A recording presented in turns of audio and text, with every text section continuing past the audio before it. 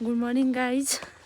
आज मेरो डे 12। आज चाहिँ म हजुरलाई एउटा कुरा सेयर गर्न मन लाग्यो कि आफ्नो वेट लस जर्नीको बारेमा। त्यही भएर अनि यस्तो हजुरहरू मार्फत आफ्नो कुरा राखौँ भनेर आज चाहिँ मैले डे 12 नै सुरु भइसक्यो नि त।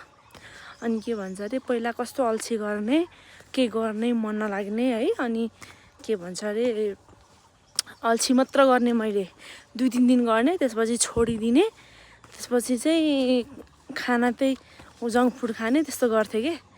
अनि अहिले चाहिँ मैले पुरै हेल्दी वेमा न जङ्क फुड न सुगर। इफ मलाई जङ्क फुडको क्रेभिङ भयो भने चाहिँ मैले डार्क चक्लेट खान्छु। त्यसरी गरेर चाहिँ म आज वेट लस जर्नीमा चाहिँ सफल भएको छु। अझै सफल हुन बाँकी पनि छ मेरो, अझै 4-5 महिना टार्गेट नै छ मेरो। त्यतिसम्मको लागि चाहिँ जे होस् अहिले चाहिँ एक्टिभ भएको छु म। त्यति मात्र भन्नु थियो हजुरहरूलाई अहिले चाहिँ। धन्यवाद।